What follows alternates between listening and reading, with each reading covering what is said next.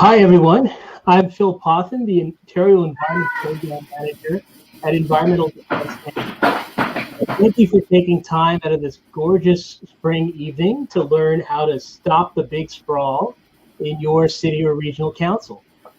Before we get started, I'd like to acknowledge that the land we're talking about today is ancestral and unsurrendered territory of the Mississaugas of the New Credit, Anishinaabe, the Haudenosaunee, and the Huron-Wendat Nation, who are the rightful holders and stewards of this land. And also that we were invited into the dish with one spoon treaty in the spirit of peace, friendship, and respect. We are all calling from different locations, and I encourage all of us who are non-Indigenous to learn about the land we're on today. As we start this webinar, let's also keep in mind that it's Black, Indigenous, and people of color who've been and continue to disproportionately be impacted by pollution, climate change, and environmental injustice. Our panelists today are myself, who apart from being Environmental Defense's Ontario Environment Program Manager, I'm a land use planning lawyer with a decade of experience in both government and the private sector. Paul Shaker, who is principal and the co-founder of Civic Plan and a registered professional planner with 15 years of experience in progressive placemaking, and Dr. Linda Lucchese, who is a PhD in urban and regional planning, who founded Environment Hamilton 20 years ago now. Now, before we get into the presentation, a key part of this introduction is to explain to the uninitiated what the big sprawl is that we're trying to stop. If we could switch to,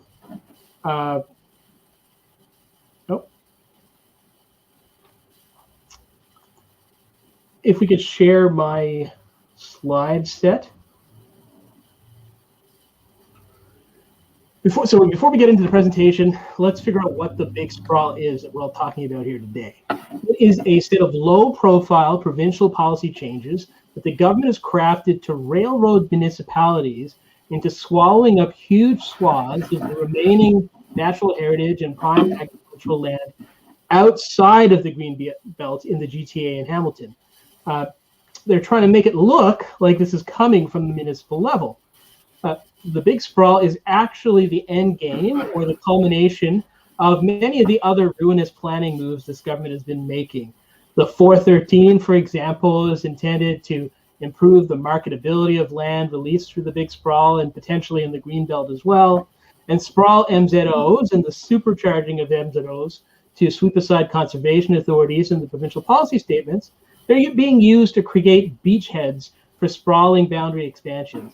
And also as a threat, which folks in Hamilton have seen wielded rather disingenuously to dissuade municipal councils from rejecting sprawl. So I'm going to walk you through the legal mechanics of how the big sprawl works and the technical openings that your organization can use to technically comply with the rules while denying the provincial government the sprawl that it's aiming for. Paul Shaker is going to walk you through an example of what, in physical terms, zero sprawl could look like while still complying with the land needs assessment methodology and the growth plan. And Dr. Lucasic is then going to walk you through the political mechanics, the meetings, the motions, and consultations you need to work through to defeat the big sprawl at City Hall.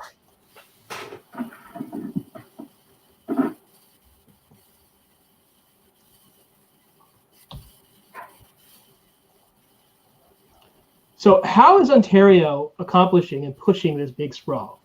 So first of all, it has altered the growth plan for the Greater Golden Horseshoe growth targets to push 80% of new residents over the next 30 years into the suburbs and out of Toronto. And this is in a schedule that you see on the right of the growth plan for the Greater Golden Horseshoe. They are lowering the density targets for new development, and they have created a new set of changes to the growth plan that will force suburbs to swallow the next 30 years of land all at once in July 2022. And then they've created this market-based land needs assessment methodology. So if we look here, these are the different lower minimum densities that they're talking about. The established transit-oriented neighborhoods, the places where we have high active transportation modal share right now, they tend to have around 100 people in jobs per hectare. The previous greenfield densities required by the government for when you're going to develop new land that isn't already developed were 80 per hectare. And the province has reduced the density targets for greenfield development now to 50 or 40 jobs and people per hectare, depending on the type of community you're in. So fighting this agenda has two levels. Part of it is provincial because it originates with a provincial policy. And so you want to push your MPPs to extend and cancel this conformity deadline so that they don't need to change local rules by July 2022. You want to lower the growth targets in suburban municipalities like Halton and Peel, and you want to increase the growth targets in Toronto so that we have a higher proportion of new people being required to be accommodated within the city of Toronto through the addition of all different types of housing to existing neighborhoods in Toronto. We want to increase the target densities for new and existing neighborhoods to 100, and we want to add this white belt land to the green belt. But at the regional and city council level, what you want to do is delay boundary expansions. You want to get them to make sure they don't lock themselves in any earlier than they have to. July 1st they should not be doing anything and finalizing anything earlier than July 1st. You should be digging into this process, cracking open this last document we referred to, which is the land needs assessment. We want to crack open that black box, and we want to demand that all of the uncertainty, because it's a multi-question process, be presented so that rather than being presented with a single option that is recommended, all of the assumptions and details that lead the consultant who each municipality will have hired to recommend a boundary expansion, put those all on the table as points to be debated. And then you want to demand that cities set policy proactively to affect the number of units that can be accommodated in existing neighborhoods rather than just accepting things as they are. So the land needs assessment methodology, which is about the boringest name you can imagine, it really consists of 4 key questions that municipalities are required to ask. It's structured differently. They're framed as more than 4 questions, but these are what they boil down to.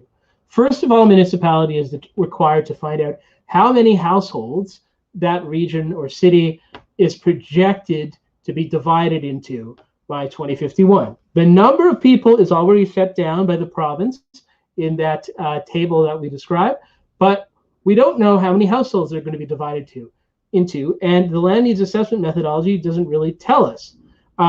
The consultants are simply projecting forwards from the past, past propensities to be divided into a certain number of households, but we need to ask whether those assessments make sense. Then we have to ask, which of 4 classes will the homes occupied and wanted by each household by 2051 fall into? We need to ask how many additional homes will be required by 2051 in each category to meet 2051 demand.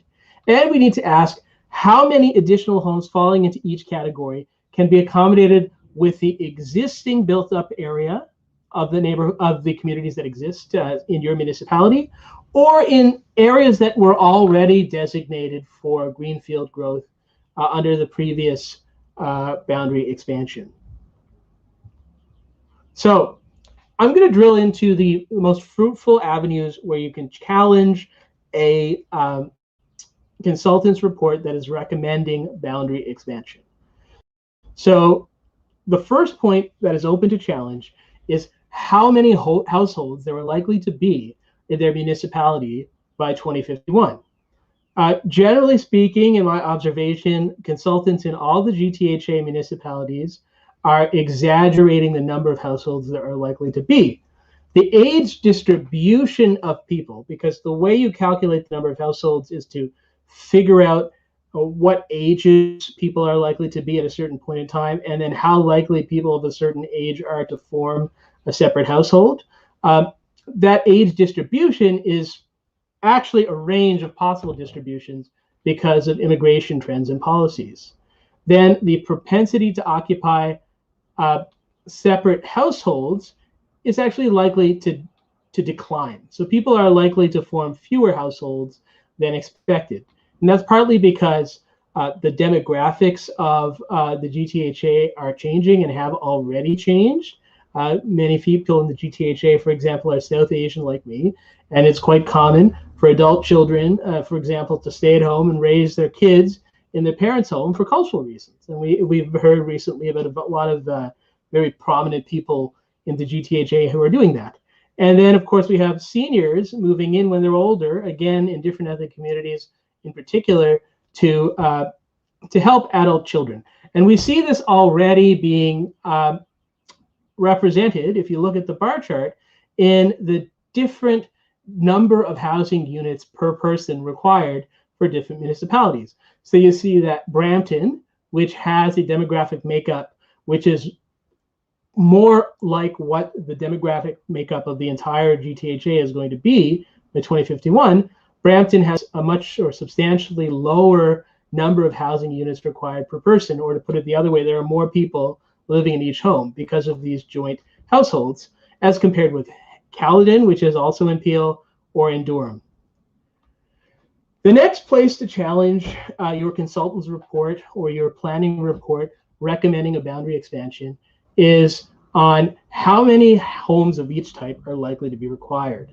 So fine-grained distinctions in the type of housing don't fit in here. There are only 4 categories as far as the land needs assessment methodology goes. There is one category for any type of home that is semi or fully detached. So that includes semi-detached homes, but in our submission, in our view, it also includes things like laneway and garden suites. And so you see a laneway suite on the right, and you see, the typology is not really that much different than, any single family home. It's just on a different sort of site. Then you have row houses in the second category, apartments, and other. So these categories are all based on physical structure. There's a tendency for planning departments to try and say, oh, this isn't really a single family home. It doesn't count because it has different land tenure, or it's not on a separate lot, or because it doesn't have separate services, or because they assume it's going to be of a different size. But none of these things figure in the land needs assessment methodology. And therefore, you should be insisting that laneway, garden suites, and of course, semi-detached homes be counted as single family or semi-detached homes. And so that's another way to drive down the amount of land that's required. The next thing is how many homes of each type are required. The propensity for single family homes, apart from the categorization issue, is likely to be lower by 2051 than in the recent past, because the basis, the time period that consultants are using to say, well, this is the norm, this is the propensity of a particular person to occupy a certain type of house, it was the historical and global sort of peak. It's basically houses during that time period, the style of housing that people occupied. People were occupying more space during that time period than any point in history. And we've already seen declines subsequently, but also in similar sort of jurisdictions, other sort of English-speaking world jurisdictions with that are more progressed in their development, we're seeing that the housing area is much lower. So if you look, Canada, we used to have average of 800 square feet for housing in 1945, 1,000 square feet in 1975, and the UK is around 1818 now. That's much lower. And so it's much easier to accommodate that kind of demand for housing using these smaller semi or single detached typologies. And the other point is consultant reports tend to assume, And this is a very irrational assumption, but it's pernicious and it appears everywhere, and you need to call it out. They assume that millennial seniors, because that's who we're talking about. We're talking about seniors in 2051, that's me. It assumes that we are going to stay in these large single-family homes all on our own once we're retired and our kids have moved out. And they're making that assumption based on what the silent generation did, frankly, because that's where the projections come from. And the final point you can really fruitfully challenge in order to avoid an urban boundary expansion is the question, and this is where a lot of the consultants and a lot of planning departments are making huge mistakes that you have an opportunity to call out and fix, is the capacity of existing areas, existing built-up areas, to expand, to accommodate new housing, and not just higher density housing, but additional ground-related housing. Existing built-up areas can add as many homes as we want them to, essentially. And that is because most GTAH, Greater Toronto Area and Hamilton neighborhoods, need much more density for good and active transportation than they have now. They need about 100 jobs and people per hectare, and they're typically far, far below that. Present obstacles to accommodating housing within existing neighborhoods, they're legislative. They're entirely within the control of those municipal governments. They're not physical or functional. And existing residential neighborhoods can accommodate even the inflated demand that is being calculated and predicted for ground-related housing. There's ample capacity in low-rise neighborhoods for more single and semi-detached housing through lot splits, garden and laneway suites, as well as row houses and apartments. Laneway and garden suites, as we've said, they reasonably fall in the semi-detached category. And rather than just making an assessment of how many units are likely to be added to an existing neighborhood under the current rules, what you need to be advocating for is changes to those rules that planning staff reasonably predict will actually give rise to the demand for single-family housing being accommodated within existing neighborhoods. So you need them to propose changes to rules. And then finally, the unused greenfield capacity. It can be zoned for much higher densities than currently planned. So there are existing greenfields that are already within the urban boundary, and those could be zoned for up to 100 units per hectare. That's what they ought to be zoned as, and that can be done doing a single-family home or row house typology, and that would allow them to support active transportation.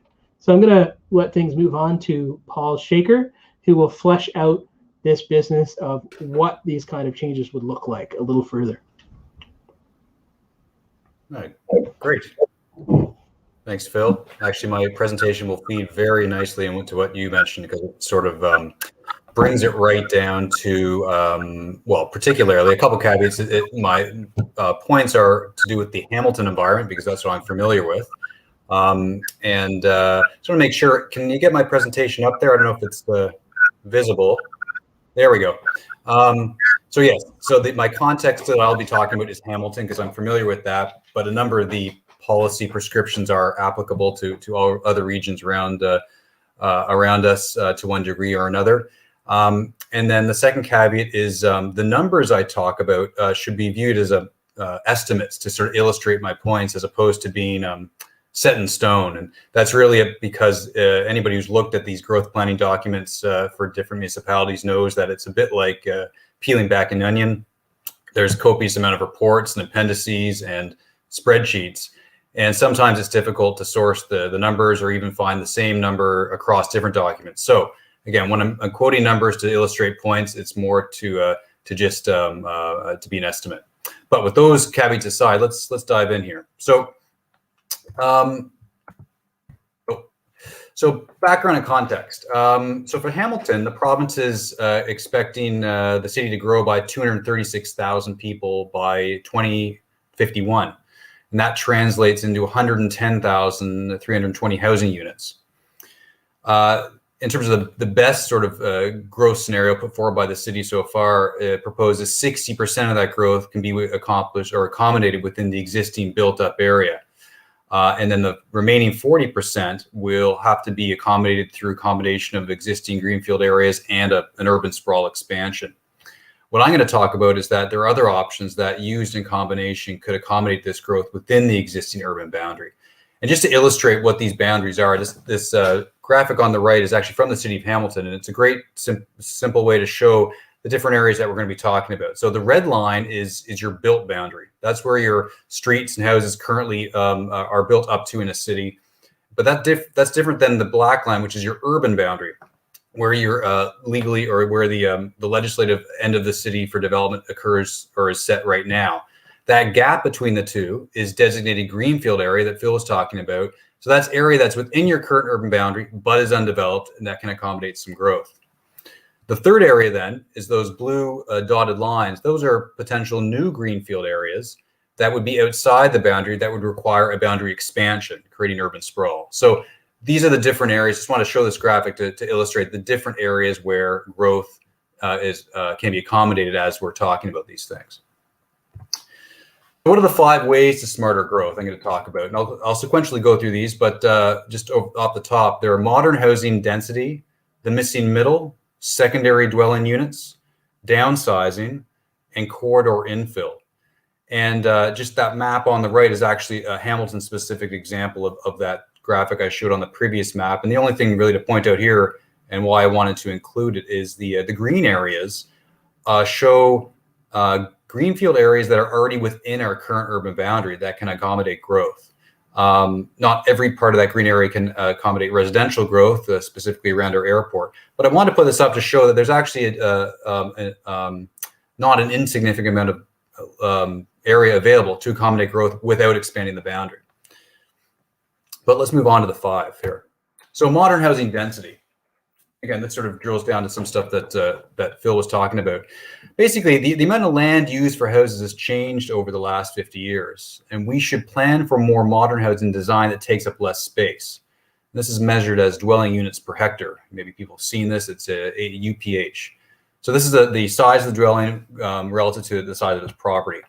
And these examples are actually from a regional planning document from a few years ago that track the changes in design. And as you can see, from the 60s, moving on up, the units per hectare has gone up, and all the way up to in the 2020s. That's an example of something right near where I live in Hamilton, which is an infill of newer houses that occupied which was a single-family detached and is split into 2 now. So for Hamilton, how are we currently planning? Well, Hamilton's assuming the housing design in terms of density for single-family detached over the next 30 years is going to be the same as it was 20 years ago, that 35 units per hectare back in the 2000s. So how should we plan? Well, if we set a goal that new single-family detached houses would be built on average, again, things would be bigger and smaller, but on average to the more modern 40 dwelling units per hectare, that would reduce required sprawl by 10 to 15%. Again, not earth-shattering on its own, but incrementally it chips away at what sprawl is required currently. The second point is the missing middle. Now, our housing mix, so this is the mix of detached, semi-detached, townhouses, things of that nature, that mix has changed over the years. We should plan for a more modern housing mix that includes a greater variety of different types of what's known as the missing middle. And for those that don't quite know what the missing middle is, you might have heard of it, but effectively this graphic illustrates what I'm talking about between the group of houses on the left, which are semi-detached or single-detached, and houses and the mid-rises on the far right. It's everything between there. It's the duplexes, triplexes, townhouses, stacked townhouses. That whole variety of housing is a great way to increase density in existing neighborhoods without significantly altering the nature of the neighborhoods themselves. But there's a whole range of housing, and increasing that mix is one way to achieve that. But what's happening in Hamilton right now is we're assuming the new housing mix for the next 30 years on undeveloped land will be overwhelmingly focused on single-family detached housing. So, for example, the city's planning that 54% of all new greenfield housing will be ground-related. So that's it actually is 54 is a percentage. Some go up to 60 in certain areas, and some is a little lower than that. But on average, it's 54%, whereas apartments are only 6%. So we looked at what would happen if we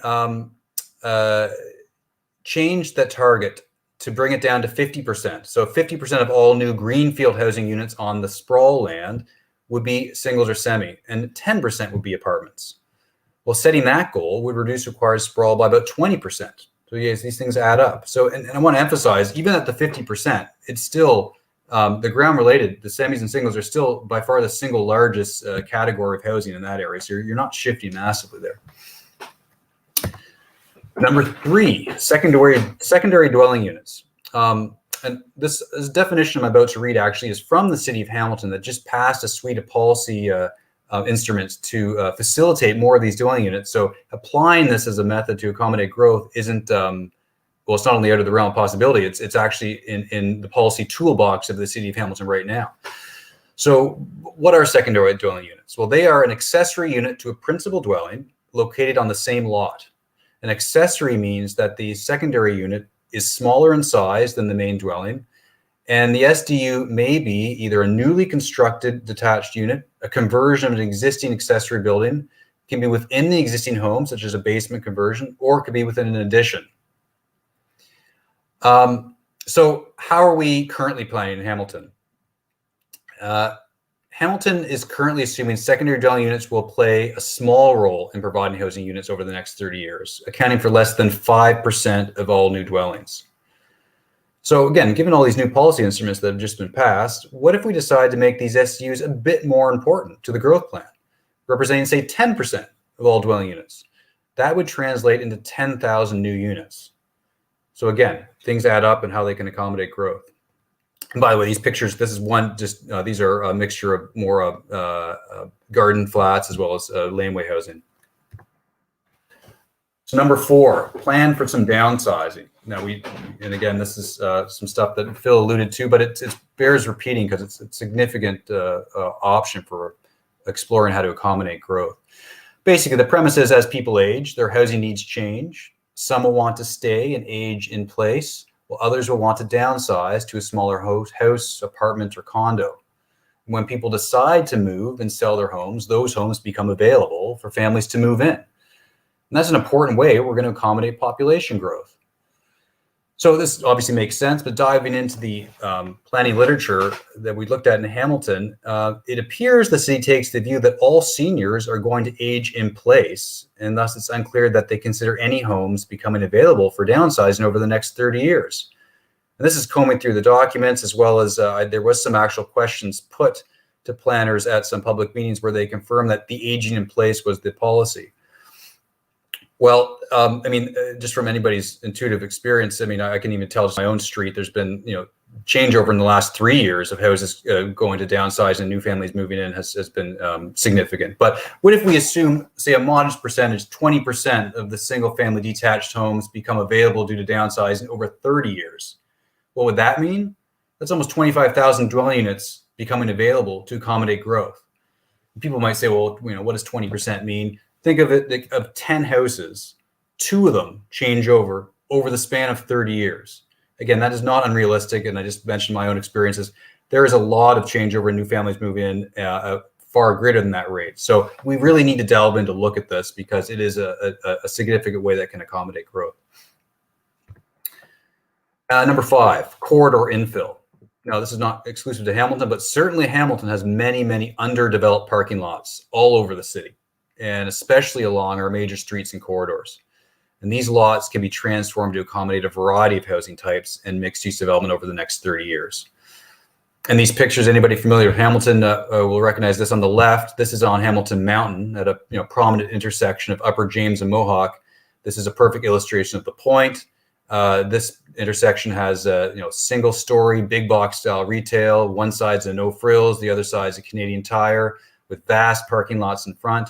We should be looking at creating something that's more on the picture on the right.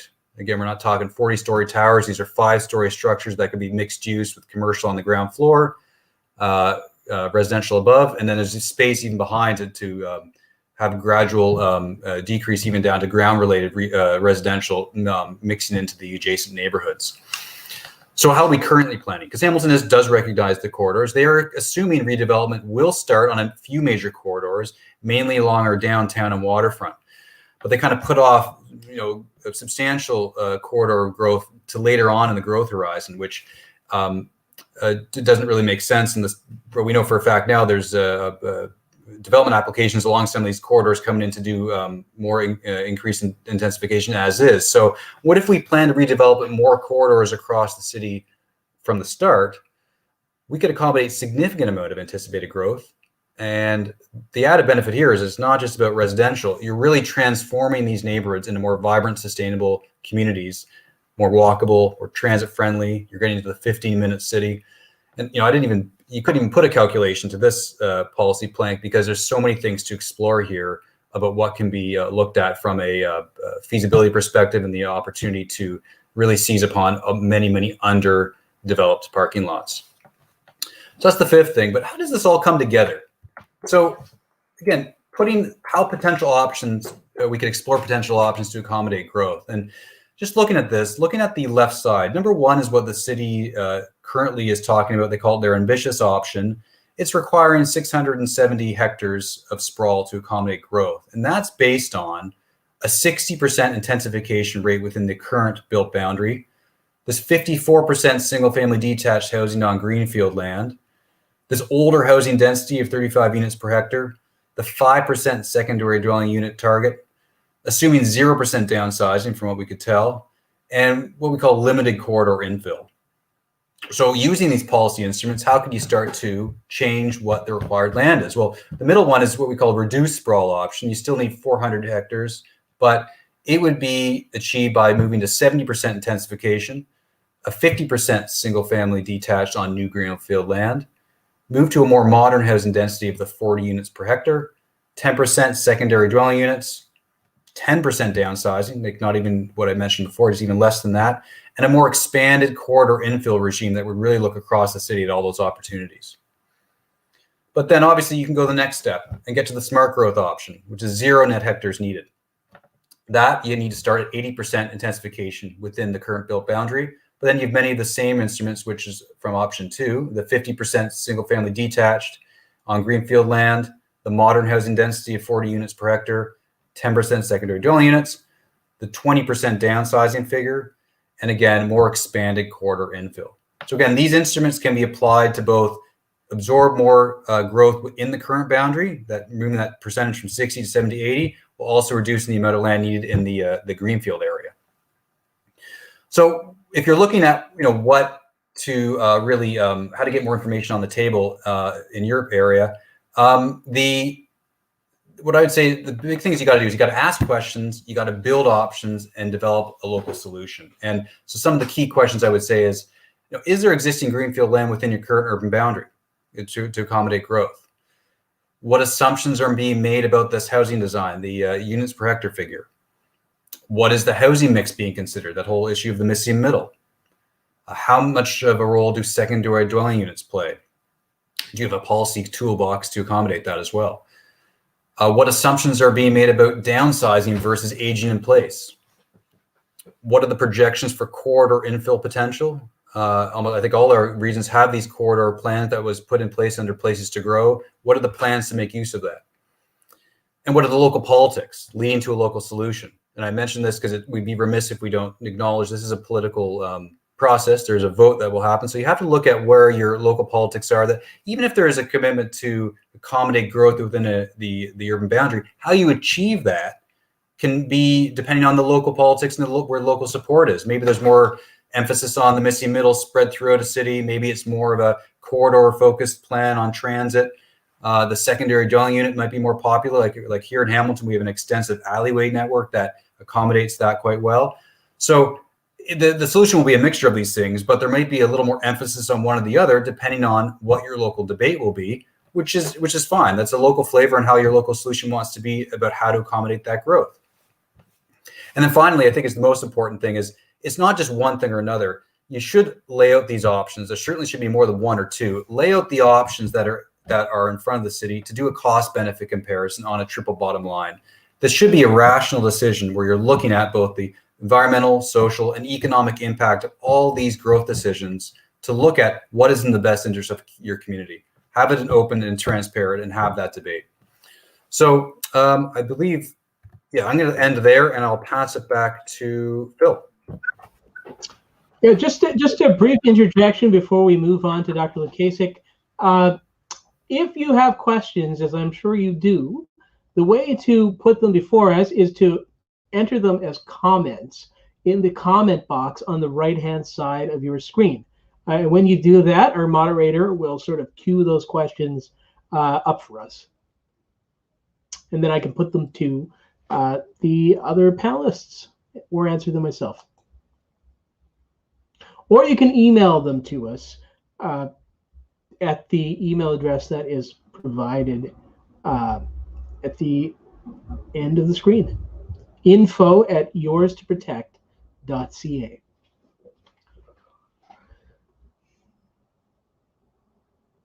Now on to Dr. Lukasik.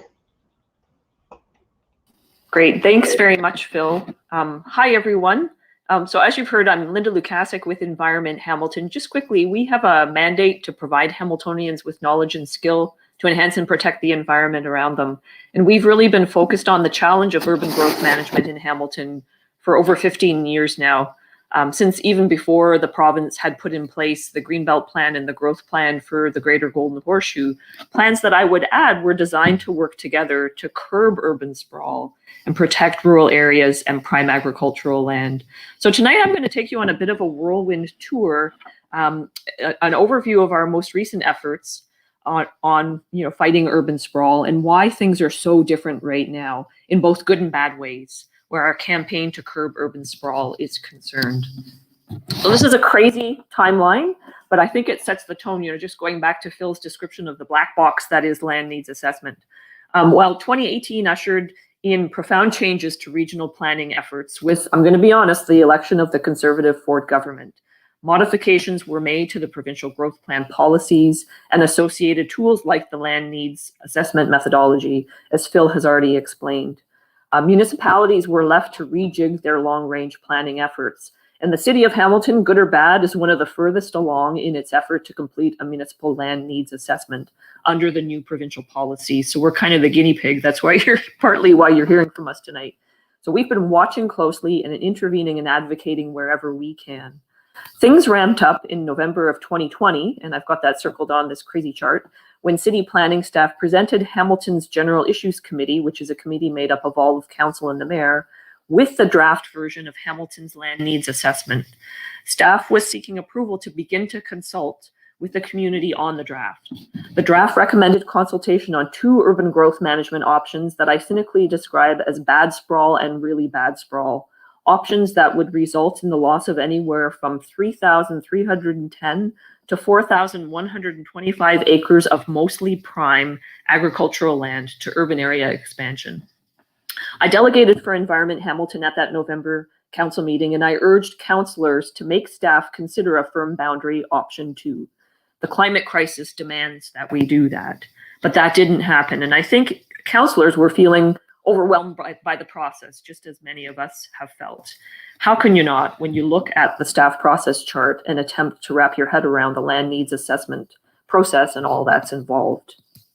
Well, in the aftermath of that November meeting, we started to wonder, will sprawl take it all? And in the Hamilton context, that question is in direct reference to the fate of our remaining white belt lands. And for those of you who don't know what we mean when we're saying that, those are the rural lands that are wedged between the urban area, and on this map for Hamilton, that's in gray, and the provincial green belt, which you see here in green, and the purple is also green belt, that's tender fruit land, which we still have a little bit of. I know there are likely, there are a number of other Greater Golden Horseshoe municipalities with white belt lands that are also currently at risk from urban expansion. So the 2 growth options put forward by Hamilton planning staff will consume most, if not all, of our white belt land that you see on this map. And I would add, I think the other important thing to say is that we know our city, our province, our country cannot afford to lose any more prime agricultural land. We've already lost way too much, and we continue to lose more in Ontario. And the one stat that to me is so shocking is from the Ontario Farmland Trust. And they tell us that in Ontario, we're losing agricultural land at the rate of 175 acres per day to urban growth and to things like aggregate extraction. Well, the largest area of our white belt at risk of being gobbled up by urban expansion is rural Elfrida, and that's outlined in this map in red. And this is a LEAR map. It's a land evaluation and area review map that was produced for the municipality. And the map shows that these agricultural lands are top quality. The darker the green, the better the quality of the farmland. We have a lot to lose with more urban sprawl in Hamilton, loss of prime agricultural land, and the list goes on, right? Significant infrastructure costs to service these new areas, the creation of more car-dependent neighborhoods in the process, and I could go on and on. So we decided we needed to talk to Hamiltonians about this, get people mobilized to respond to the city's public consultation on the draft land needs assessment and its growth options. And we discovered that people wanted to learn more about this. So we did a webinar back in mid-January, and we asked that question, will sprawl take it all? The session covered the nuts and bolts of how provincial planning policy has changed, what that means for urban growth management in Hamilton, and why we need to be concerned. We also made a point of talking about and sharing visuals to illustrate what could be if we advocated for the city to do things right and build a climate resilient city. And it's the vision for urban intensification that Paul just shared with you.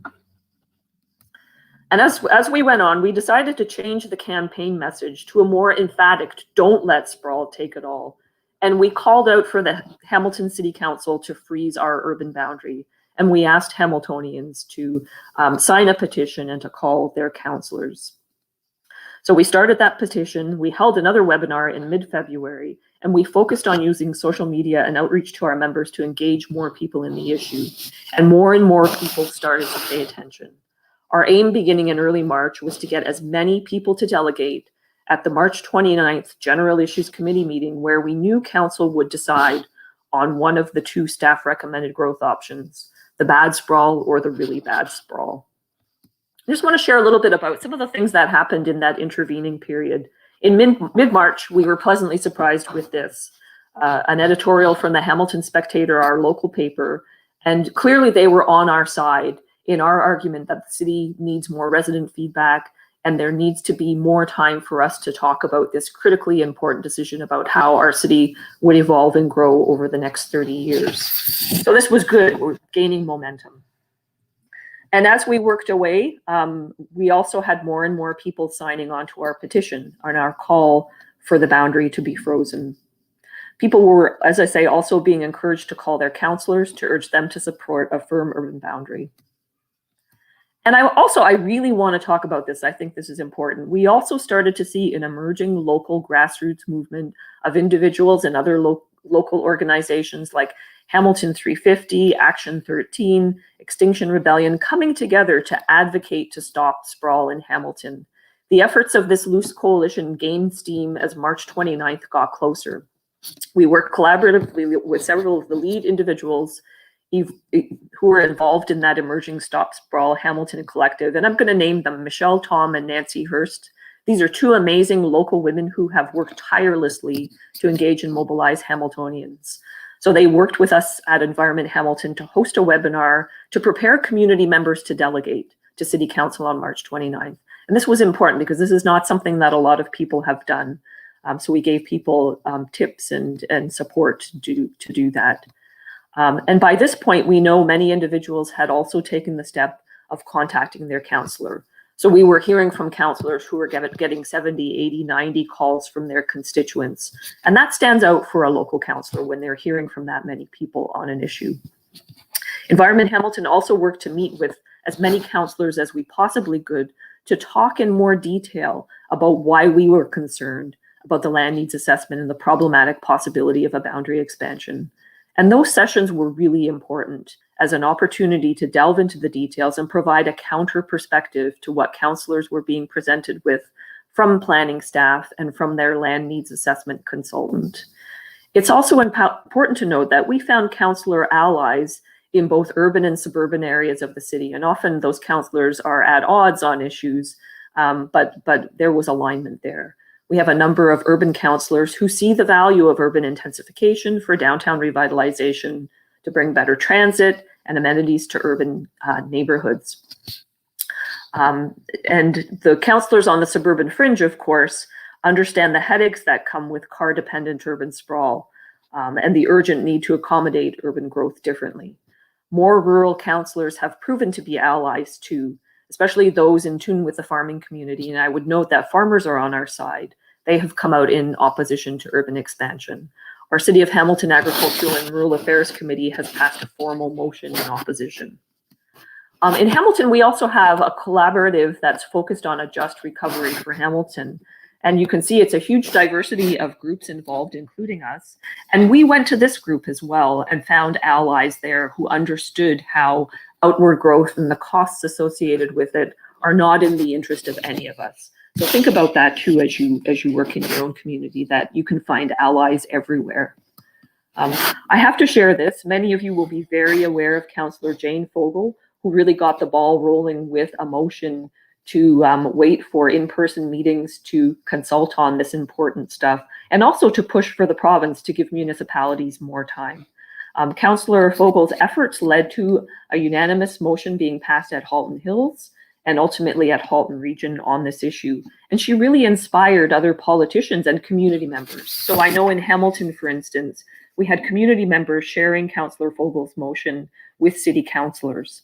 One councillor whose ward sort of straddles the suburban rural fringe, Councillor Brad Clark, responded, and ultimately, with some collaboration from urban councillor Jason Farr, put forward two motions that were considered at that important March 29th meeting. One requested that the province delay the long-term planning deadlines for the municipality, much like what Halton did. The other sought council support for a survey to be mailed out to every household to gather public input on those growth options, including a no boundary expansion. So that was huge for us that happened. So March 29th was delegation day, and I have to tell you, the response from community was incredible. We had 145 plus written delegations on the issue, and over 50 people committed to doing pre-recorded or live delegations to the committee. And I can tell you that everyone who spoke was speaking out in opposition to urban expansion, with the exception of the local development industry representatives, the handful of them that were there, and the Hamilton Chamber of Commerce. And I wanted to share this article because it highlighted some of the voices of youth from the community who spoke up in concern about the future that we were planning for them and wanting to see a climate resilient future through a firm urban boundary. So back to this crazy slide. I want to share this timeline again, because here's the March 29th meeting when planning staff hoped to have secured the approval of the land needs assessment, and staff were ultimately recommending the 3,310 acre boundary expansion occur. But we all managed collectively to stop that decision. Public mobilization ensured that the two motions put forward by Councillor Clark were passed by council. Staff was also directed to assess the no boundary expansion option in more detail. And here's a media story that came out of that, focused on the survey that will be going out to every household. And I can tell you that our growing movement of concerned and engaged Hamiltonians is now actively organizing to ensure that Hamiltonians pay attention to the mail-out survey. It'll be out there in the coming weeks to understand the questions and have the information they need to answer the questions effectively. And of course, we'll all be advocating for people to support our call for a firm urban boundary. And this is just, some of the social media we use to thank people who took the time to step up and sign the petition, call their councillor, delegate on March 29th. And I just wanted to share this because I think this is it was yet another editorial in support of what happened. And I think it really recognizes what's happening here. To me, it's really exciting.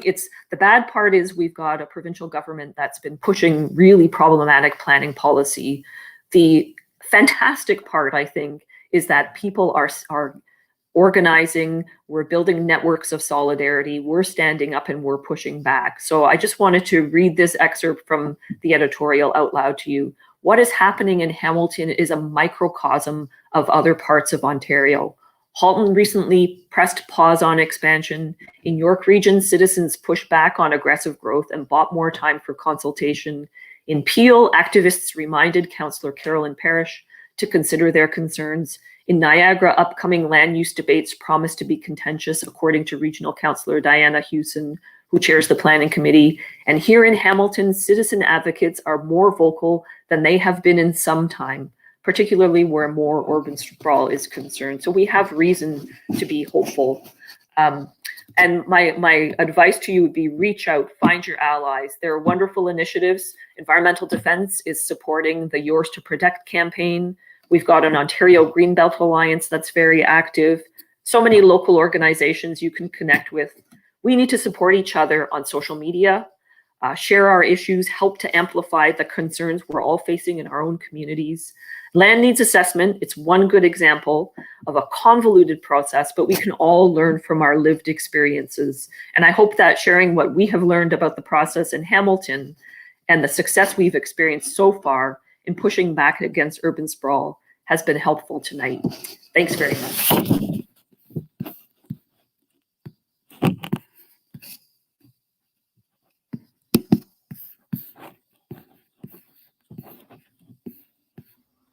We're going to open up the field for some of the questions that have been asked in the YouTube chat.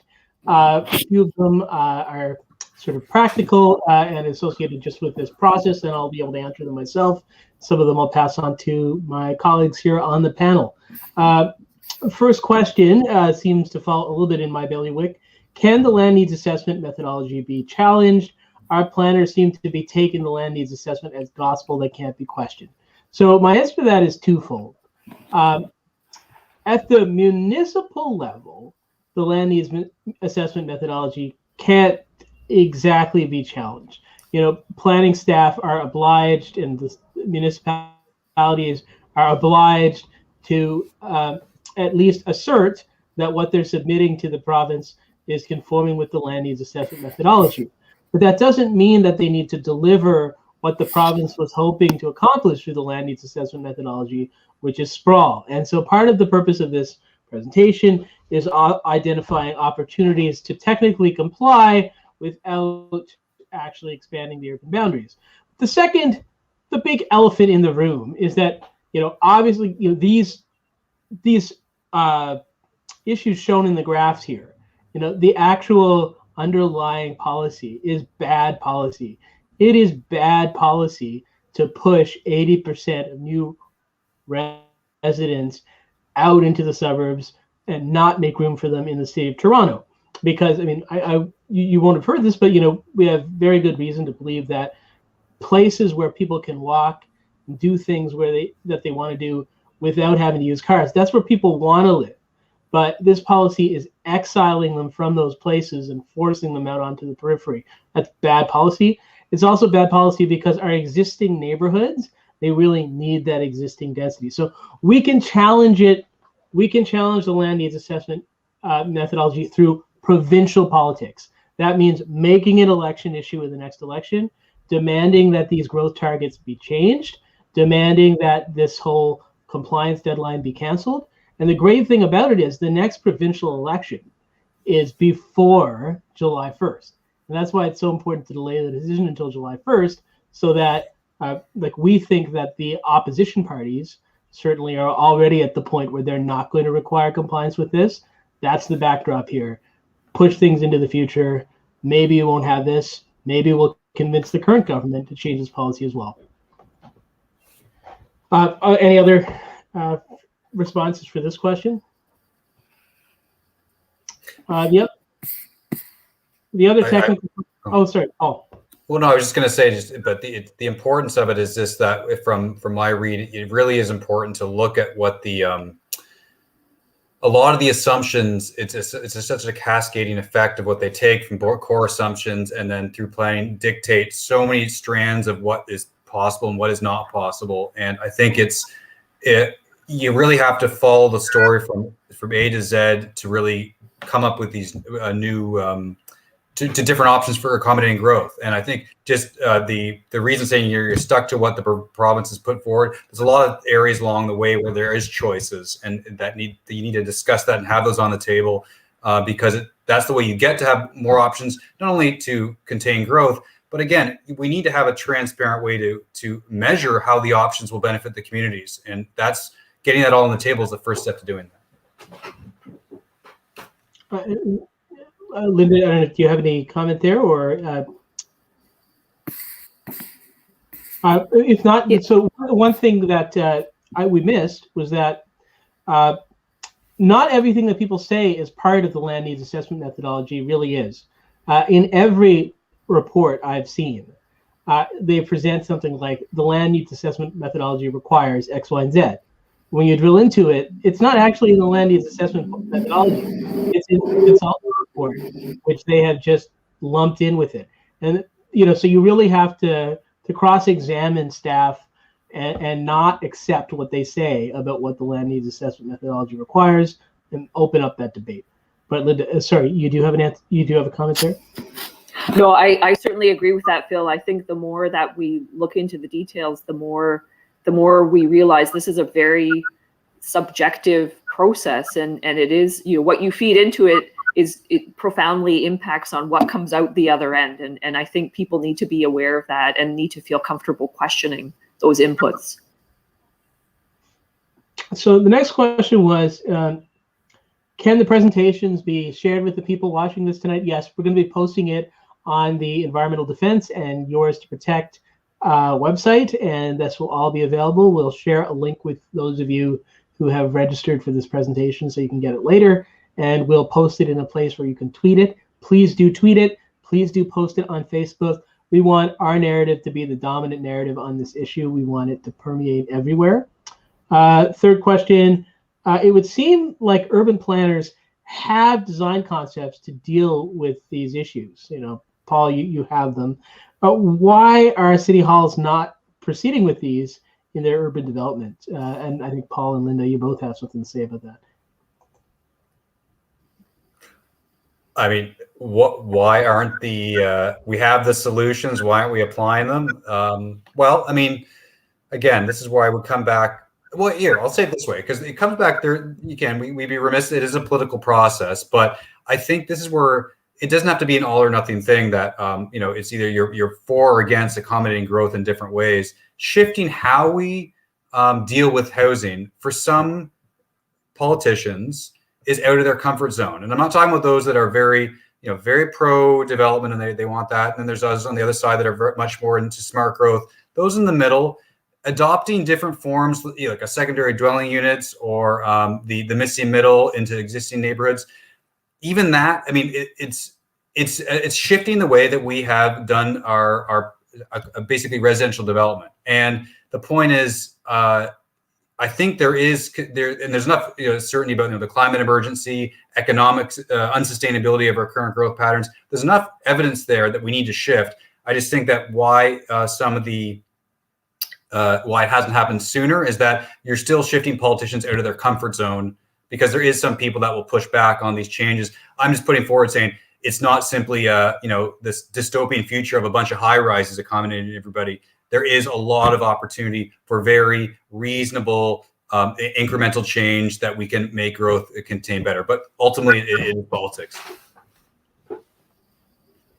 Yeah, and I would add too, I mean, I think we've seen some frustrating things happen in Hamilton where that area that I showed, Elfrida, we had the municipality pursuing a secondary planning process out there before that land was even brought into the urban boundary, when meanwhile we've got areas within the urban boundary. And I always point to Eastgate Square in my neighborhood where there's also a very progressive secondary plan where we could be prioritizing the kind of development that Paul showed in the one slide along Upper James, right? These wonderful opportunities. And again, we're not talking about 30-story condo towers. We're talking about really interesting mixed-use redevelopment within spitting distance of what will ultimately be a full-service GO station, and fingers crossed, the eastern terminus of an east-west LRT line. Just makes so much sense. And what frustrates me is, why are we not prioritizing those kinds of opportunities? And I think all of us in our own communities need to be identifying those opportunities.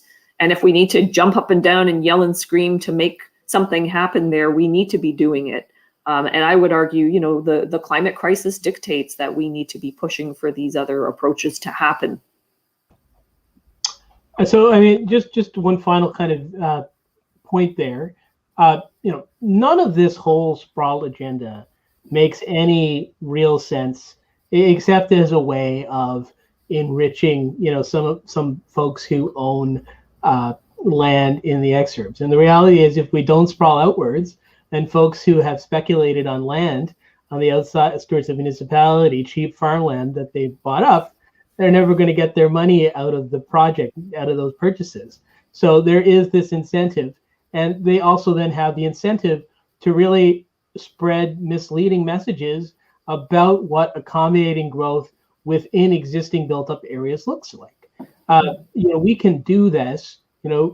I just, those photos that I used, I walked around my block and took photos of these different densities. There are photos in my slide presentation of low-rise residential setups with something like 130 people per hectare, and they are as low-rise as they come.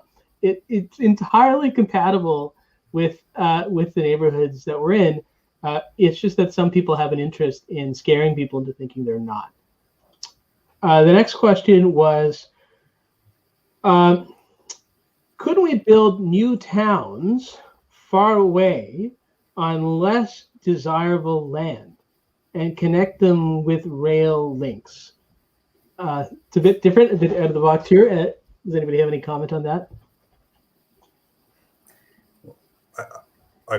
I'd only say that the best, what we should do is, we don't just build on rural land, in terms of leapfrog development, but we have established urban centers that we should probably connect better with rail. But building up on our existing urban centers in southwestern Ontario, there used to be a provincial plan that promoted that, and the idea is these centers have established downtowns and there's some walkability. So there is a network to grow that way that we should be focusing on. Yeah, I agree, and we can capitalize on existing infrastructure. I mean, I think that's another piece to think about. Why try to recreate something brand new out somewhere on the edges when there is so much potential? And again, I think about Hamilton, where I'm based, and we all know, all of us who live here know that there's so much opportunity to make more efficient use of the land that's already been impacted, and that makes so much more sense as a priority. And so I'd also say, there isn't a lot of precedent of those sorts of new town concepts really working and resulting, in, the kind of development we're aiming for. And we have to remember that the need to accommodate more people, it's not just a problem that we have to solve somehow with minimal disruption. It's actually an opportunity to solve problems that we'd need to solve anywhere, anyhow. Like neighborhoods, most of the neighborhoods in Milton, lots of neighborhoods in Scarborough and in Etobicoke, they're just not serving their residents now. And we see this because they have active transportation modal shares that are very, very low, because it's just not practical to do what you need to do on foot or by transit. And the reason behind that is that they don't have the densities and the mixes of uses to support it. So even if we didn't have this imperative of accommodating all these other people, we'd be hunting for a solution to that problem. But the solution is there on a plate. So why would we squander it by putting it on land on the outskirts? Can I add one other thing to that? I think building on that, I think the one unfortunate thing is that I'm sure it's not just in Hamilton, but it turns into a debate about the sprawl versus smart growth, and it's sort of we're trying to trigger more discussion when this actually is a huge opportunity to have a very positive city building dialogue where everybody's involved. Like this is the ultimate, it's 30-year time horizon. Everybody can have a stake in building a civic legacy by participating now in shaping the future. And it's really that it doesn't need to be a confrontational, as it were. It really should be this idea of let's get the ideas on the table and have this dialogue where we can come to a consensus. This is sort of the ultimate reason we do planning, and it should be a very positive thing.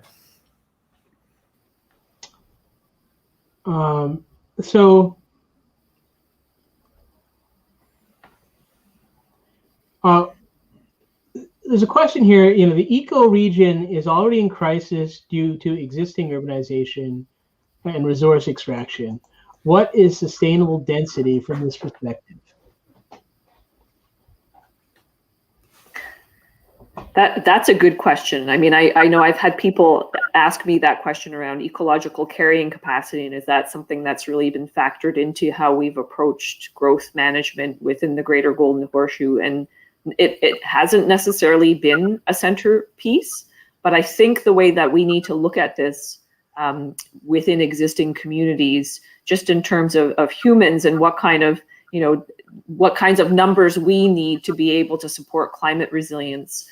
We need to be looking at, paying attention to existing urban neighborhoods and increasing the number of people that we're concentrating in those areas to support the kinds of sustainable services that we need. Everything from public transit, good public transit service, so that we encourage people to make those modal shifts, to increasing those numbers to support neighborhood-based amenities so that people can ideally live, work, and play within a smaller radius. And that may not be exactly addressing the question that's asked, but I think as humans living in human communities, we've, at least in a North American context, we've failed within the last number of decades from the 1950s on to recognize the essential importance of that. And so I think what we're all calling for is to head in that direction. And the good thing is, you hear how anyone describes, think about the visuals that Paul shared and what Phil described, your experience walking through your neighborhood. These are areas with really wonderful quality of life if we get it right. So we've got nothing to lose and everything to gain by heading in the directions that we're all talking about. On the, I think there's different implications that this density question can have. Because sometimes it implies that, density is a problem. I think, sustainable density, when we're talking about sustainable density, what we really need to worry about is getting above the minimum threshold to be sustainable, rather than staying below some threshold above which we won't be sustainable. Unless we're living off the land and farming, and that's what we're doing on the land, the less space we take up, in a lot of ways, the better it is for the environment. The places in the country where people have the highest ecological footprints are places where people are not working on the land, but they're living on very large lots. And so that's what we need to worry about. And that's where this whole opportunity is so valuable, because it helps us get to the sustainable density in many parts of the GTA, basically all the post-World War II parts of the GTA and Hamilton, where we aren't at sustainable density yet. This is our chance to get there. Let's see. What about how does the two-tiered government system in the regions feed into the advocacy approach that needs to be taken here? That's a good question. I mean, we're Hamilton is amalgamated, good or bad. That's where that's the pain that we've lived through. I think the Halton example provides a really sort of interesting example of the kind of dynamic that can emerge.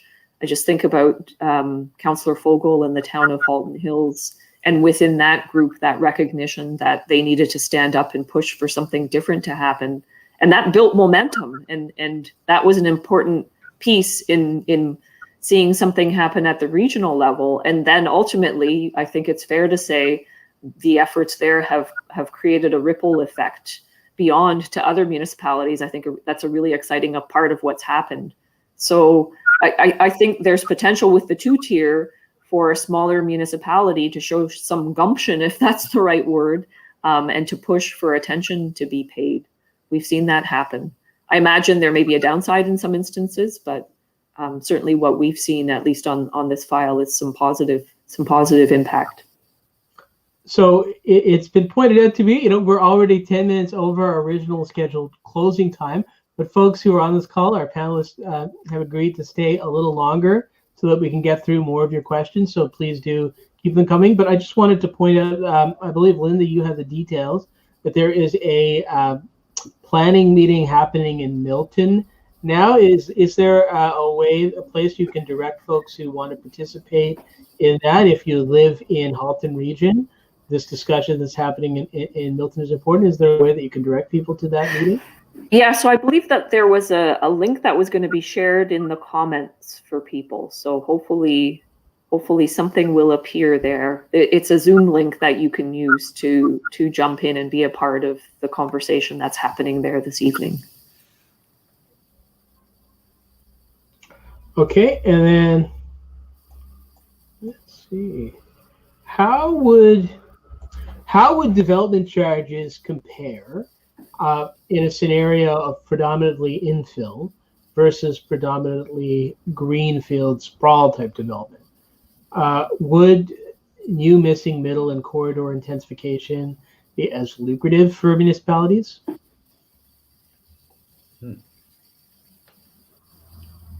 Well, I mean, it depends. Sometimes, again, in certain cities, in Hamilton, to spur development in different areas, we've actually created community improvement plans zones where we can actually reduce development charges to encourage the development there, because in the long run, it's going to be beneficial to get the density up. Again, the difference, one of the interesting things at Hamilton, whereas elsewhere you talked about wanting to bring up the density as sort of post-war suburbs, we have areas in Hamilton that used to have higher density that's actually gone down, and especially around the lower sea, that we need to bring back up. So that's why we need to spur development. So using all these instruments, it's the basic premise is building in areas that make use of existing infrastructure is more cost effective for the cities. And one of the issues we have with our property taxes in Hamilton is we can't sustain our infrastructure as is.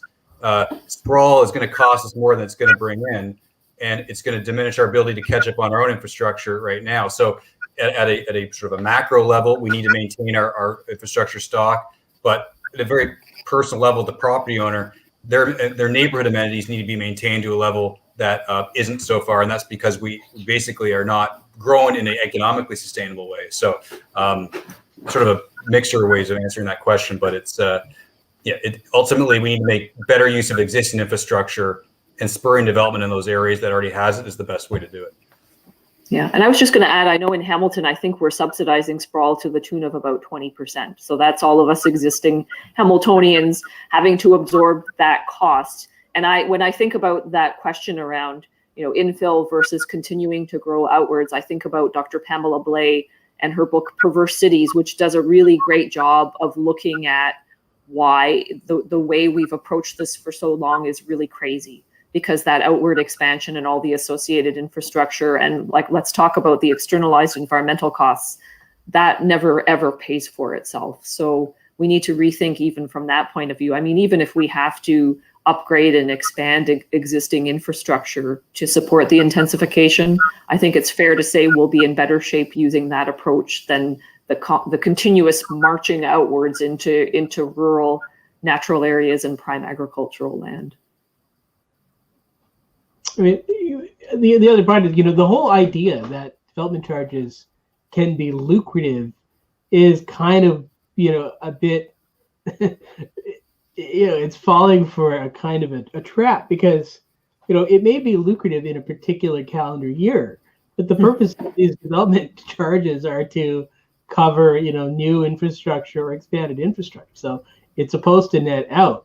It as it happens, because there tend to be flat development charge regimes for a particular dwelling type, usually it ends up being the same development charge, which means that if you put the development in a place where there's already the infrastructure to support it, it's more likely to maybe be lucrative. If you put the same development charge development in a place where there isn't the infrastructure to support it, then you're not getting that. Plus you're taking on a long-term liability. The real question is, are there enough taxpayers per unit of infrastructure? That's the long-term question. So the more taxpayers you have on a particular area of land, the more sustainable you are fiscally down the road, because you have less road to maintain, you have less pipe to maintain, so you want there to be enough taxpayers to pay for the infrastructure that's there. And it's a lot harder to do and to replace it in the future, because you're not going to get new development charges later. It's eventually going to have to be replaced. We're going to go, I think, until 8:20, unless something very dramatic happens. So I'm just going to go to how do we deal with NIMBYism associated with intensification? Established neighborhoods typically don't want more density in their neighborhoods, and politicians tend to fold. Well, I can tell. I'll start from my experience. It's two things. You do need, well, first of all, defining what intensification looks like. It can be scary if you're seeing high rises, but that missing middle is really something that, first of all, it's not new. We have missing middle housing going back over 100 years that fits in seamlessly with neighborhoods here. But a key to that is actually urban design. You got to have a good urban design regime to make sure that there is a design element to it. But the point is having processes that allow some sprinkling of missing middle in neighborhoods and showing them where it's worked elsewhere. There's an education element to this, which is one way to tackle what the worst fears of bad infill development and what it's going to yield. So education on the positive, good design, but more to a point, this is what Linda mentioned earlier, the reason you do your intensification to bring up density is to create more vibrant neighborhoods and communities. And it's sort of, that is increasing your quality of life. So it's showing an end goal for a neighborhood plan, but as well addressing sort of the lot concerns to make sure the impact is going to maintain. There is sort of a field of neighborhoods on a design front, and you can have higher density housing that actually fits in design wise. So there's a few things there, but in my experience, well-designed infill is the best remedy against NIMBYism because it sets a precedent, and then it's people are less they can point to that the next time. Yeah, and I would just add quickly, I think we've had some problematic scenarios in Hamilton where community is very engaged in a development, and we do sometimes see last minute changes happen, oftentimes developer driven, that can throw things off course. So I think there's another issue there. I think I agree with Paul, there needs to be a lot more education, helping people to become more aware and comfortable. But I also think, and this probably holds true in any municipality, we need processes that have some integrity, just in the sense that, if there's a whole lot of work done to come to an agreement between municipality and community members and a developer on the way forward, there needs to be a way to hold players to account in terms of what ends up unfolding ultimately on the ground. And that within the realm of planning is often a problem, and one that I think is really going to do us a disservice if we're trying to head in the direction that we all know we need to go in with intensification. So there's lots of work to be done for sure, but I think just given the kinds of outcomes we could see happen, it's going to be worth a whole lot of time and energy and commitment from all of us to ensure in all of our municipalities that we get there. Just kind of on a sort of related point, or you just to follow up there, people are concerned about development that's actually incompatible with their community.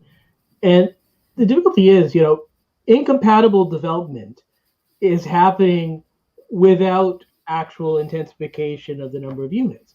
By and large, existing neighborhoods, the zoning allows these horrendous, McMansion type houses that have the same, physical mass as could accommodate, a lot more households. And as things stand, the economics with the current rules are driving them just to be turned into these massive single family homes. So we're not looking at something, even if we were to, for example, convert a lot of these old bungalows in the inner suburbs to, semi-detached homes. We're not looking at actual more physical volume or really a structure that is physically different than is going to happen anyway, because, you're going to end up with the same volume just being accommodating more and richer people in the same neighborhood, frankly. So I think we are just out of time here. Thanks everybody for joining us today and for all your thoughtful questions. I would like everyone to please, follow up. We're going to be sending you a link with steps that you can take to to actually fight the big sprawl in your community. We're going to, if you keep visiting the Environmental Defense website, we will be updating you on upcoming agenda items in your community that relate to this big sprawl process and our opportunities for you to fight it. We will also be giving you opportunities to write letters to your local councilors and take steps along those lines. I just want to thank all of our supporters, everyone who turned out for tonight's webinar. It's encouraging for so many of you to be taking action to fight the big sprawl. And a special thank you to our speakers, of course, Dr. Linda Lukashik and Paul Shaker for their expertise and insights tonight. Please do keep in touch. You can learn more about the campaign to protect Ontario's environment at our website, yourstoprotect.ca, where you can find information about current hotspots where we're facing active environmental threats, MZOs, and you can download resources and more. Thank you very much.